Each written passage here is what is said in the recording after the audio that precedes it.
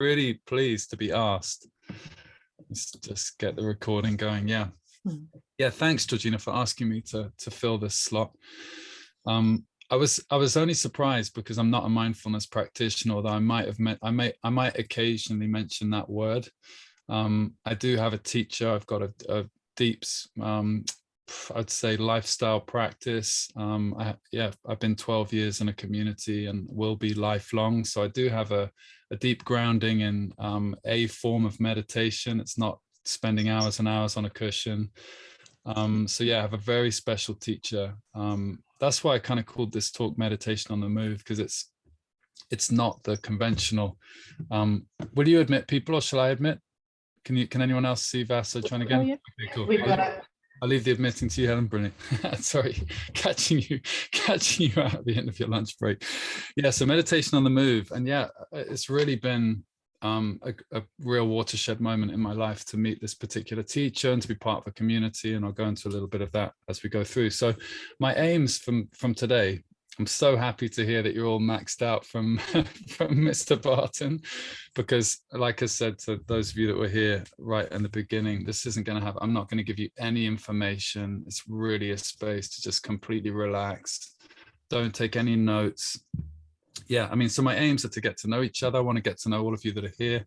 It's great that we're a small group in that way for that. To be interactive, to heart connect with you all, to access the natural brilliance and the shine of this moment right now, and to be responsive to you all, you know, just to know who I'm in the room with and get to know you all. So I've done many webinars and sessions where I've talked flat out for an hour and then, you know, come out of the other end exhausted and wishing that I'd known more about everyone I was actually speaking to. So I won't be leaning on you for any interaction that you don't want to give, but I would really like to, for that to be one of our goals, to get to know each other. So yeah, the format is, for me, I will introduce myself a little bit and my background, my personal story. We will have a short 5-minute meditation, which will end in something called sound practice, which is very simple.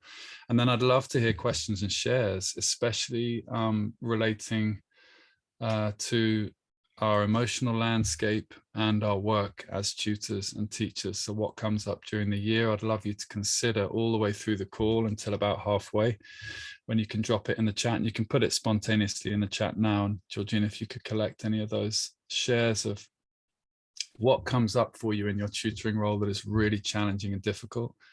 When you review your year, we're at the end of the year, most of us here, if we're in the UK seasonal flow and academic year, what are the most challenging things? What are the emotions that you find most challenging with the parents, with your tutees, and with yourself, just with your own self-doubt, whatever it might be? I'd love to hear that. And there'll be a time for that also in the second half to just share that in the chat. And then we might have a dance. I'll see if we're going to do that. And we'll just see, because we're a small group and we can be off camera, on camera, I really don't mind, but I just want us to have that moment. I'm going to play a dance track if we get around to that. So this talk, there are going to be no concepts. There's no intellectualizing. I would really ask for you to rest your intellectual minds. There's been a lot of great content and information and intellectual wrestling. I can, like I say, I'm so pleased for the context of coming up to Mr. Barton. And just being midweek, it's an intense week. It's so full of great content, this festival. I hope I expressed my gratitude right at the beginning just for the whole event and for also having this opportunity here. But this is a time to really put all that to one side and just be in our bodies and rest our intellectual minds. So there's not going to be no note taking. I'm not going to offer you any tools. There's no PowerPoint and there won't be any distractions.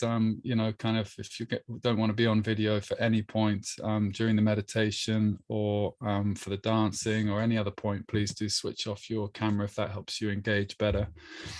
So yeah, the question really, before I go into talking a bit about me, I almost scrapped, let me just open up the chat. I almost scrapped the part about me and my background because I just wanted to hear from you. But I think whilst I talk a bit about my background, I would love you to just reflect on the lowest points of your tutoring year or just the hardest points, anything you'd like to share that would bring us all together for some of the challenges.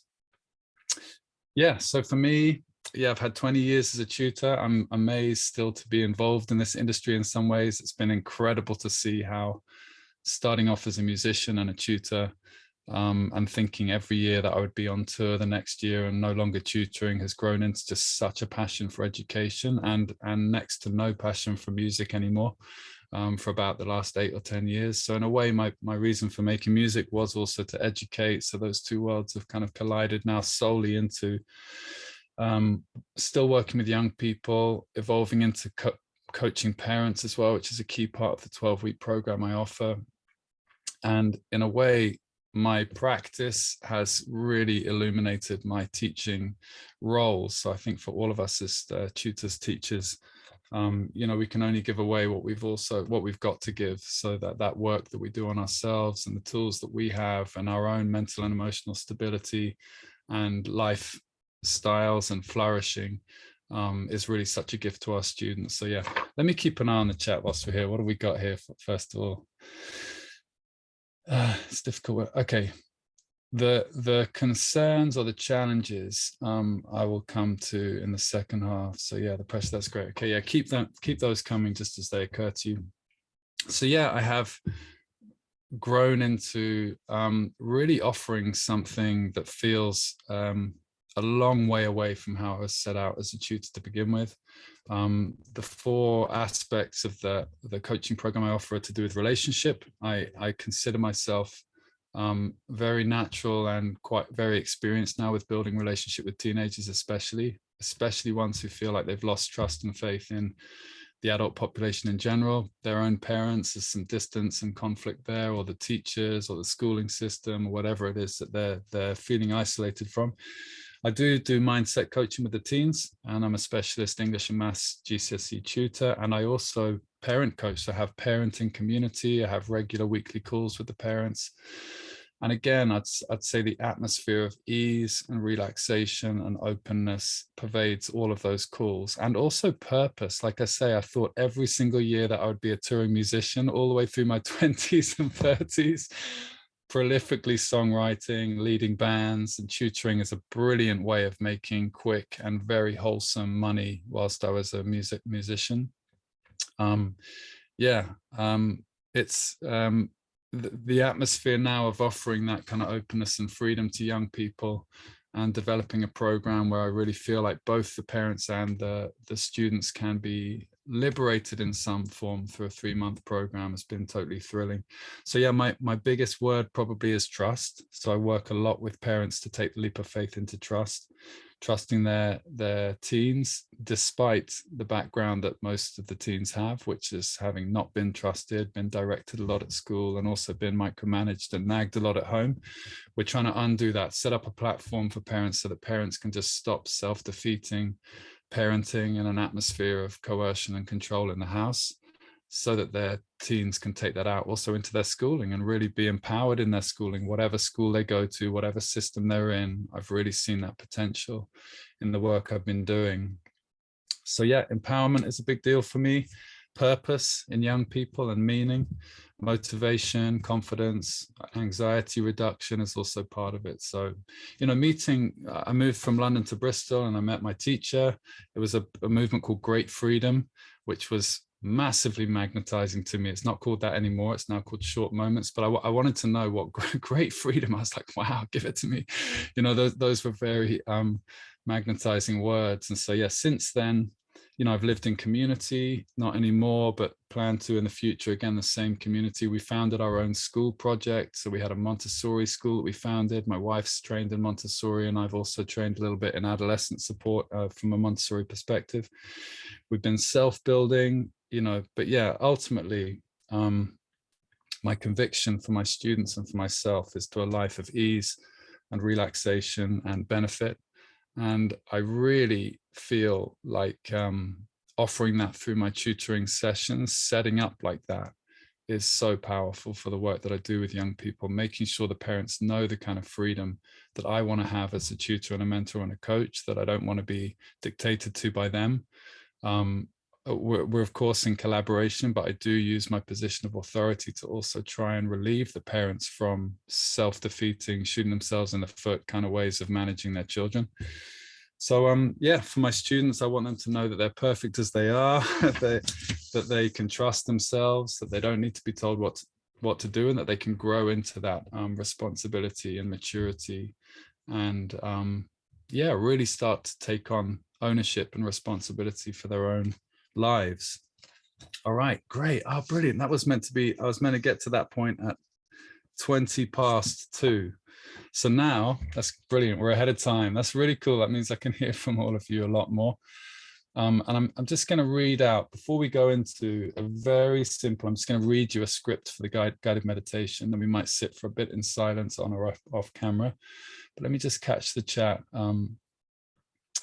Okay, so some of the challenges. Georgina, it's difficult when students get into exam season, right? This is so fresh in all our minds. And I really want to relieve their pressure, but also for them to really represent all of their hard work in their exams. Yeah, it's been a real juggle for me too. So hard to sustain students through the exam period once they've done the first half, and then half term arrives. Many of them really finding it really difficult to keep up that momentum. And I would say for a lot of students, it's because the context of why they're doing what they're doing, the purpose of doing these exams, if it's not owned by them and they're not completely responsible for that and taking that on for themselves, if it's their parents' agenda or it's the school's agenda or it's society's agenda, there is little motivation to draw on at that point. So they become very jaded, yeah, halfway through and in general. But I love to be in this community because there's so much love and care. Sometimes we can forget that as tutors. There's just so much, we give ourselves so selflessly in some ways. It's not a lucrative profession, can be, but it can also be, it's tough. We really have to work hard for our income and to protect our own well-being, and we give so much. By June, I am completely empty. Like every year, I've given as much as I possibly can, and I feel completely empty. And I think it's a great time then for this festival. So I really like the timing of this festival, that we can come together and share those kinds of elements of the work that we do and how to be more sustainable and to look after ourselves through that process. Because yeah, we are an add-on to the existing education system. It's very hard to get away from that, and trust me, I've tried everything in some ways to distance myself from that rhythm of exam pressures and grades. But me too, come this stage of the year, I've been through it with 4 or 5 GCSE students this year, and it's intense. It's really intense, and certainly for the parents as well. We need to relax as well as the brain overload. Yeah. Like Georgina, the pressure they face, and this year has been harder. This is you, Helen. Harder with the mental health and stresses post-pandemic lockdown. I know, so hard to quantify sometimes. Sometimes it's really obvious, and sometimes I catch myself just forgetting that we've been through a pandemic, not losing that context and going, wow, actually, like, what are we doing? Like straight back onto the ride of like getting GCSEs, trying to, exerting all that pressure on them all over again. Thanks, Vasa. Your work's very interesting, Henry. Purpose and motivation, some of the key words. Yeah. On my website, I think it says I help bring purpose, meaning, and enjoyment back to education for teenagers. So yeah, purpose, motivation, confidence, and anxiety, I would say, are the 3 biggest issues for parents when they come to me. Cool, Helen, you're not far from Bristol. I'd like to know where you are.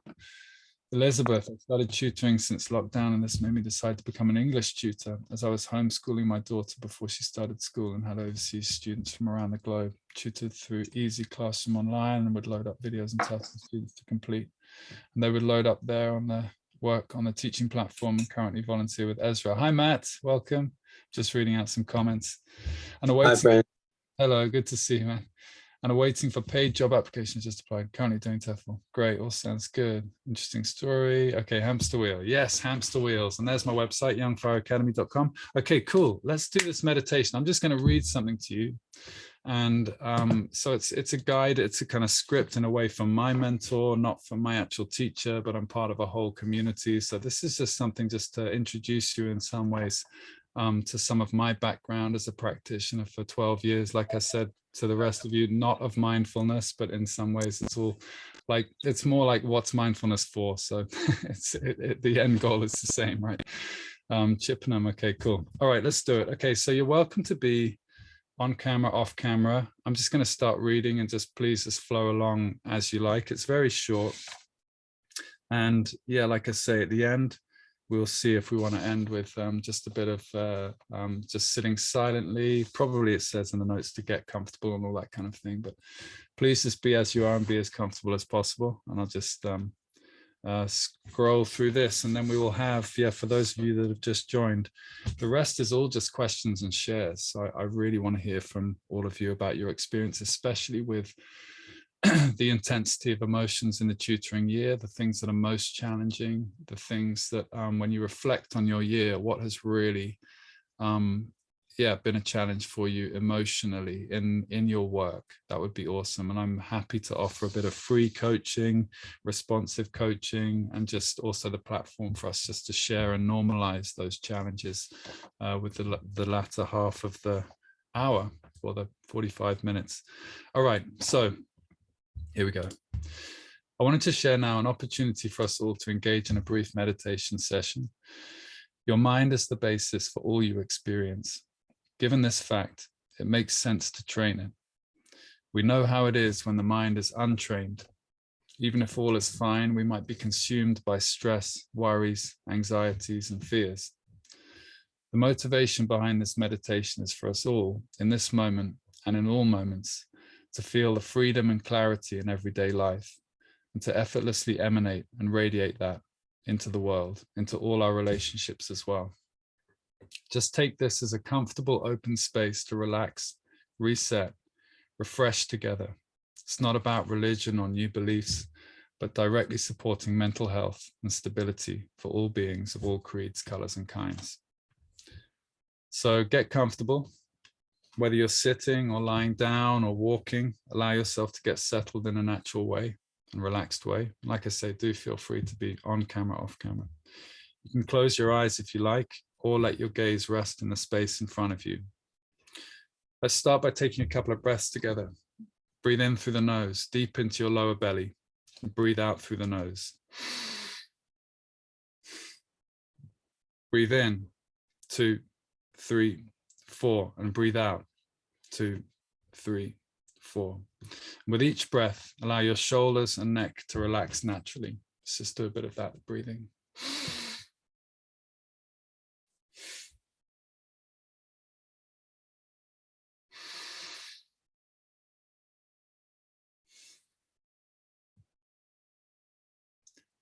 You can carry on breathing whilst I'm reading, if you like. Notice the sensation of your legs against your chair. If you're sitting and your feet on the ground. If you're lying, notice the sensation of your body resting on the surface you're lying on. Or if maybe you're out walking, feel the air on your face. Now let your attention turn to any sounds in your environment. Maybe you're hearing your breath, the humming of your computer fan, or traffic outside. Just notice whatever it is that comes to your attention. Now notice any thoughts and feelings that may arise, memories of what you did today, or thoughts about what you need to do later today or tomorrow.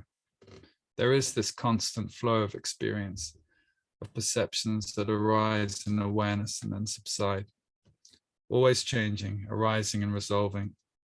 And there is also the space in which this arising occurs.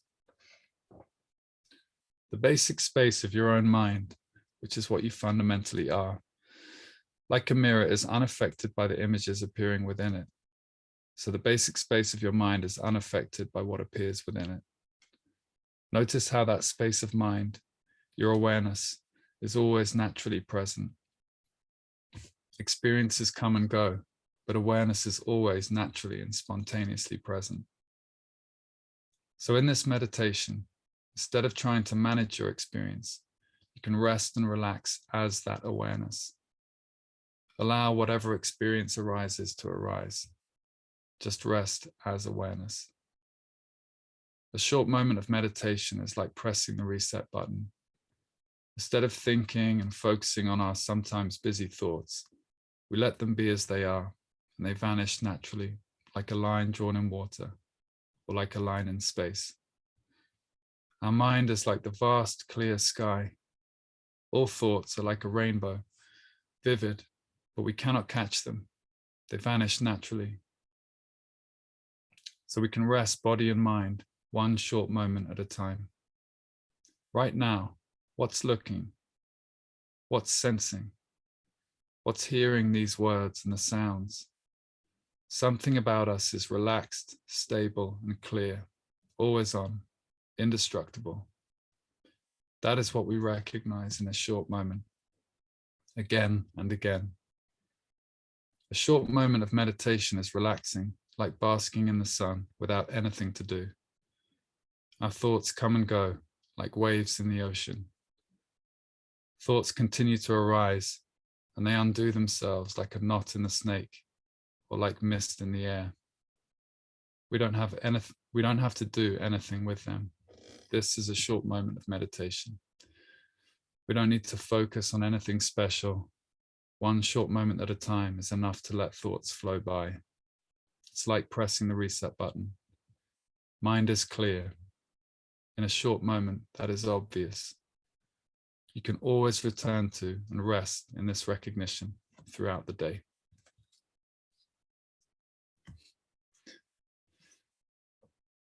I'd love to hear, that's the end of the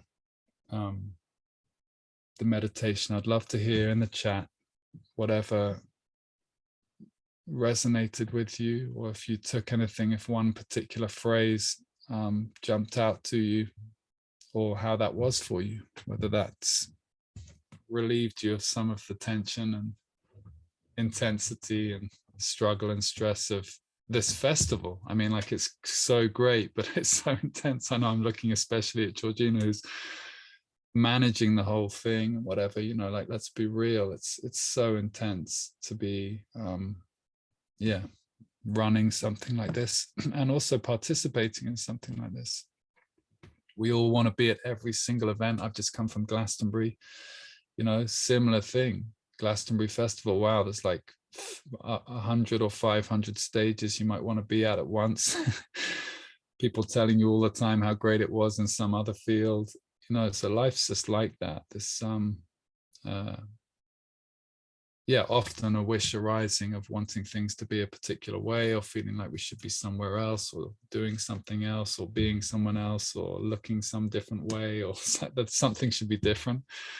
And really, one of the core tenets of the teaching that I've embraced in the last 12 years is just letting everything be as it is in each of our lives. So yeah, let me read some of these gorgeous comments. That's exactly what was needed right now. Good, Georgina, I'm so pleased. And yeah, we're not going to depart from this feeling or this mode either. It's the meditation is then to enable these next 20 minutes as well to carry on much as the same. Full-on festival, yes. The idea of amazing feeling, Elizabeth. That's lovely to hear. Thank you. The idea of the flow of thoughts we can't grasp. Yeah. The events of this morning, what's happening next, and just letting it flow while allowing it to be. Yeah, maybe a bit more of my own experience with meeting this teaching. One thing is that it was a complete surprise. I was not a seeker. I didn't feel like I was looking for anything. But the authority of my teacher, I just couldn't deny. And I was very, very surprised and delighted to be asked to relax, basically, to relax and rest as a solution to all of my own personal problems and our collective problems.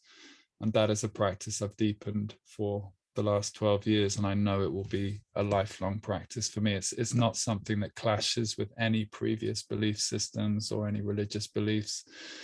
My friends in the community are of all sorts of different backgrounds. Some of them hardcore meditators, some of them with religious backgrounds. So it's been beautiful also to come together with all beings in that way. This is nice.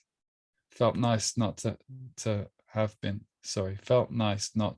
trying to figure things out. Yeah, but just being. I would say that's one of our biggest challenges as human beings. Over intellectualizing and having these incredible minds, incredible brain power, and trying to figure things out. I actually don't think that figuring things out is the solution for many things. Usually the solution arrives, in my experience, in time. There's no extreme. Of course, we can make plans and we can think about things, but Yeah, it's a great relief for many of us to not defer to intellectual thought and struggle to try and resolve any given situation. So again, I'm keen to apply this to tutoring, especially and through our work. Helen could just hear the wood pigeons outside my door relaxing at their cooing. Yeah, and sometimes, I mean, I do now do a kind of meditation practice. Again, it's not very long. And it's the sound practice. Sometimes it's like pneumatic drills, you know, it's ambulance sirens, it's some sort of construction going on next door. You know, the sound practice isn't always the beautiful sounds of nature, but the beautiful sounds of nature and, you know, being by the ocean, for example, and just listening to the waves, that is a great time to sit. And I mean, meditation and sitting, I would use synonymously. I would keep it really simple, just sitting and being and relaxing as best we can with everything that's going on is closer to the kind of meditation that I practice. Enjoying the sound of the clock ticking and the rabbit snoring. Yeah, and sometimes there is something when you're sitting and you're listening to the sounds that feels like it shouldn't be there, just like all of our thoughts and emotions. Sometimes there's a sense of like, I don't want to feel like this. I don't want to have that thought. I don't want to get caught up in this story. But everything is, we need to embrace everything, let everything be as it is in our experience. There are no thoughts we can get away from. There are no feelings we should resist. There's great power in our afflictions is also what I've learned. Yeah, as someone who probably had total denial of the fact that I would feel that I would get angry, I had an opinion of myself or some framing of myself that I was a good liberal guy who didn't get all the negative emotions. But yeah, the more I've opened up to practice, the more I've seen my anger, jealousy, sadness, you know, depression much more clearly. And that's been real fuel for me to also make changes and also to practice. It's always a great invitation to practice. So now I would like to hear from you. 1:30. That's cool. We got some time. I'd love to hear any questions or shares. Like I say, questions about what I've shared about meditation in the broadest sense, and mindfulness also, if you'd like to ask any questions about that. And also your shares. Yeah, so let's go back to some of the where have been, just we'll reset that question. What have been the most challenging times of your year? I'll start to get the ball rolling. I'd say the most challenging parts of my year and my experience as a tutor have been client blame. Like if I feel like a client is blaming me, criticizing me, or judging me, or there's a sense that they are judging me in that way, that I don't have them completely on board. I know I felt that most keenly when I was just tutoring, because there wasn't that bridge of communication with the parents that I now have. So I don't take on teenagers unless their parents also come into my parent community, because I want the parents to learn how to parent effectively. I'm a parent. I've read so many books on parenting. I've done a ton of courses on parenting. And I've just had to extend into that, because I could just see that there was such a limit on what I could do with the young people I was working with, whilst their parents were undermining that. So one part of that can be employing a tutor and then just not supporting you fully to do what you can do with that young person, and you or me or us feeling in that situation really like you're treading on eggshells. You know, here's a parent who is not on board with you, communicating with you, and it may just be a paranoia. So again, this is where the practice is useful. If you have a story coming up, I can't tell you the amount of times I thought someone was pissed off with me, especially around results times. Okay, we're coming into like, you know, mid-August. If I wouldn't hear from a student, wow, the stories would rage. My stories are like, oh, I bet you he or she didn't get their 5 or their 4 or their 7 or their 8 or whatever. And now the parents are really pissed off with me. I learned to reach out to those parents. I learned to just contact them, maybe not immediately, give them a couple of weeks or a month, but I learned, because I would sometimes carry that story for 6 months, and then I would finally reach out to the parents. The parents would be like, so sorry, we couldn't be more delighted. He got a this or he got a that. So, you know, this is also profound to see that we can carry a fiction, we can elaborate a story about a client relationship that is completely unfounded. And if it's not unfounded, it's good to know. It's good to then be able to also have that conversation, not to hide from it. And to be in contact with parents where we can say, like, is everything okay? Are you happy with the work I'm doing? I'm really doing my best. Maybe it's not a good fit, or to open it all up. And again, you can then reset. I've done that with students. For me, I don't work with students unless they want to work with me. That's also part of how I set myself out. I really, right from day one, I'm like, are you in? Basically, in the most easygoing way, I want to know, are they in? And if they start to waver, or I start to feel like their commitment's not really there, I want to have that conversation with them too. I want to know, like, do you want to be here anymore? And I'm prepared to take the pay cut or not have the payout just to reset to risk losing them or to refresh them. And many times it's really refreshed my relationship with teenagers as well, to go, listen, I don't want to keep you here if you don't think we're doing meaningful work. So, your options are that we wind things up, in the next couple of weeks, and you find another tutor, or you just self-study, just to open up all the options. So yeah, client blame, criticism, and judgment. I'll just read out the other three that I thought of. Student resistance, boredom, resentment. Okay, so yeah, I've addressed that. Late payment, loss of contact, people not showing up, and then parent control and domination. I've often had this experience where parents have thought that they're the boss. I really don't think parents are the boss. With an experienced tutor, it depends on your level of confidence, but it's a misunderstanding when parents come to us as tutors and then want to tell us what to do. Like, especially in my kind of work, if they've got a demotivated, low confidence, or high anxiety child, the parents have to be part of that picture. So I think the parents then need help to look at why their child is like that. No blame apportioned to the parents. I hold a very, very loving space for my parent calls, my parent connection. It's entirely empowering. But I think the parents often need to be told, and I said in the chat of the call before, often the parents come to me thinking their kids are the problem, and then they come out at the end of the program realizing that the biggest shift needed was with them, not with their child. So yeah, I don't know if you can all relate to that. But yeah, is there anything else? What am I missing anything else in the chat you feel like from listening to me? Have you had those kind of circumstances? Like, what have you had? Parents blaming you, or a sense of like one or two bad clients that really drained your energy over a period of months? Or maybe you're all being brilliantly selective and saying no to the ones that aren't a good fit. It took me a long time to do that, and to be brave enough to do that.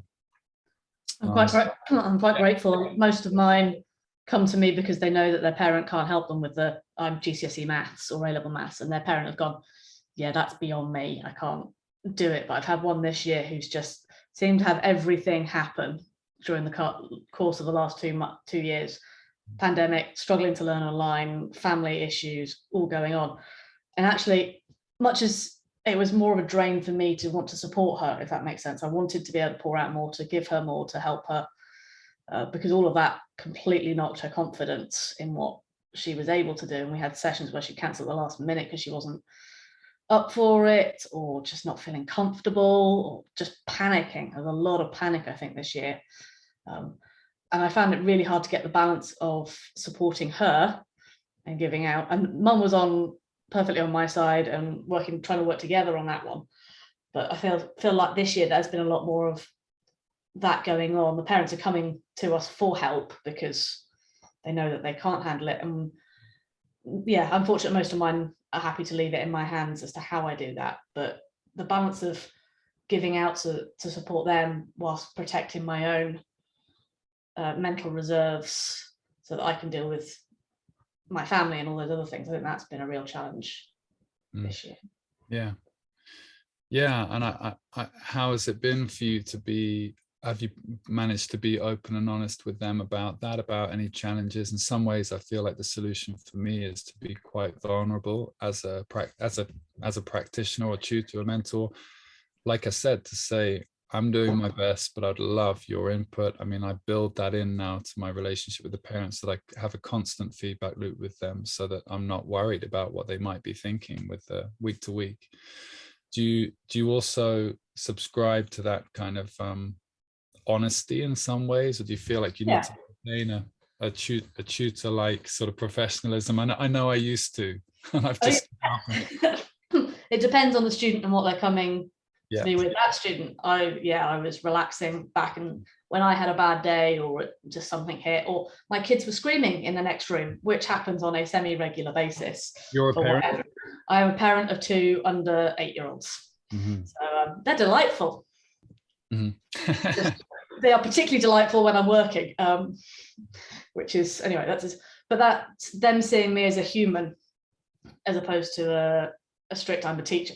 And I start sessions, start working with students and say, I'm not a teacher. I'm not your teacher in the class. If you say that you can do it, we'll check it and then we'll go on. Or if you need to take a break, then we'll take a break and we'll do something else. And this particular student, we put classical relaxing music on in the background whilst we were working, just to be able to switch, to bring the anxiety down, if that makes sense, during it. And if she needed to take a break, or we got on to talking about what we were watching on Netflix.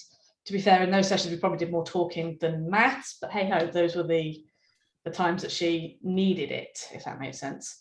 I often do more talking than maths. I'm also a maths teacher. I really, really, really believe in that kind of talking. That's what I call mentorship. Like, in all seriousness, I really am sure that I can have that time. It is needed. And I think often for tutors, we don't realize that. We feel a bit like we're avoiding the real work or something. I have come a long way on that journey to make sure that we're striking that balance between proper relating and connectedness, and an openness for them to share about all kinds of things from their life, what the gaming they're doing, the crypto they're investing in. I mean, just trying to think of all the students, what they're interested in. I love that. That's a huge part of it. I think most of us probably start with that. What do you love? I've heard so many tutors say that. I know I do that. If I'm building a relationship, I want to know what they're into. I don't want to know like all their problems with maths. We don't want to start with that. We'll get to that. But I really wish for all of us to give ourselves permission, and for the parents to also understand the power of that, to use our sessions responsibly, like you're doing, Helen, just to be speaking about Netflix. If that's the best bridge of connection and communication, and that gives you the juice to be able to then look at the maths in a way that where you're on the same page, then that's great. That's much more effective than an hour of maths, in my opinion. I agree. I agree with you. I think there are some students that need a little bit more nudging back and would use, you might need to be able to nudge. But again, you've got to know your student in that sense. And I imagine, especially at the height of the fast pace of life that we live in these days, that students are more likely, if we can build that relationship, then in school they are 1 in 30 with their teacher. Unless they have a real good connection with their teacher, they're not going to confide or find much mentorship in that. I mean, there are exceptions, but sweeping generalization, unlikely. Parents, often we've got both parents working or dealing with younger siblings or older siblings. There's all sorts of other things. And they're parents. Who of us likes to confide in our parents all the time? So as a tutor, sort of being on that one-to-one, obviously safeguarding in place, you don't keep anything a secret that you shouldn't do, but they can see an adult that's outside of those 2 big sources of adulthood and just chat, which is helpful. Yeah, I'd say more than helpful as well. Like, for me, it's a huge part of the program I offer. It's I think our young people are often very isolated in terms of the village, what the African proverb would refer to as the village. We are living increasingly in isolated private houses and family units, and in a world that we don't really trust anymore. It's safer for them to be inside and gaming than going out like we all probably used to. The world is shrinking in some ways for our young people. There aren't good spaces for them to go out. They go to the park and they get kind of moved on by the police. We don't provide great spaces for our teens, especially. I don't know, I work with teenagers, you might all work with younger kids, but so many of them, I often ask, Like, does your child, there's no blame attached to this question, but I want to know from the parents, who's in close with your son? Who's in close with your daughter? Is there an uncle, a godfather, godparent? Is there someone down the gym? I've had one student who just prolifically collected mentors, and wow, the results. He found one down the gym, had a music teacher. He was a magnet for people that wanted to give him much more than just the teaching that he was engaging them in. And I was one of those mentors as well for him. And yeah, it's needed. You know, we're not set up great in that way. So I think as tutors, we have an incredible privilege and position that we should exert, I think, more confidently, that role of mentoring, that time spent talking and connecting. And if parents are telling us that we need to just hammer on with the work, I think they need to be told. You know, I definitely I speak up in those situations when the parents actually need some wrathful guidance.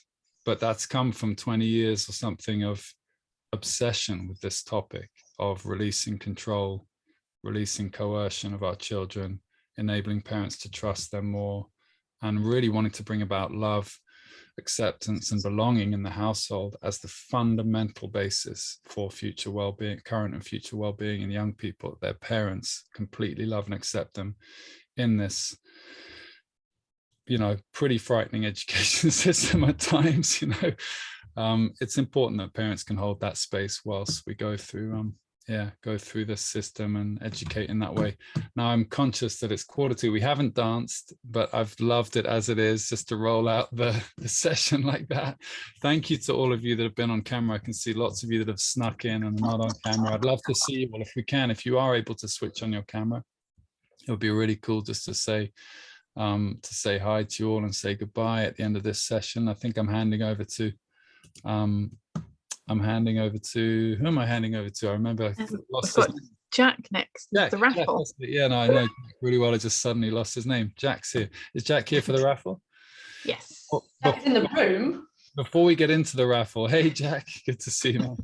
Yeah, just first of all, I'll just take 1 minute to say, yeah, thanks so much for giving me this opportunity. Thank you to all of you that have come for this little session. I know it's recorded as well, so it might be that others watch it down the line. And yeah, my complete gratitude for the festival, for Qualified Tutor. I didn't say that in my past I had been part of a movement to set up tutoring community with my good friend Atul Rana, who everyone who's ever tutored knows because he's such a good networker. If you don't know him, look him up.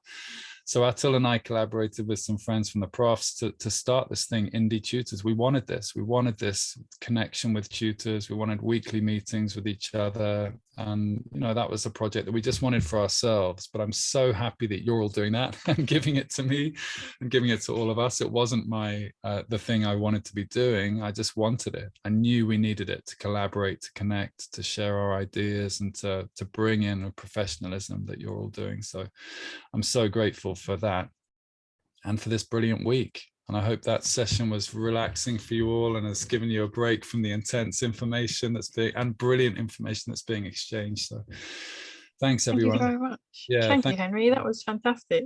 That definitely was like a brain hug. Great. All right, Jack, over to you. Do your thing. Thank you very much. It was lovely to catch the end of your talk there, Henry. Okay, Helen has already put into the chat the Typeform link. So as with yesterday, if you have enjoyed, it's not even an if,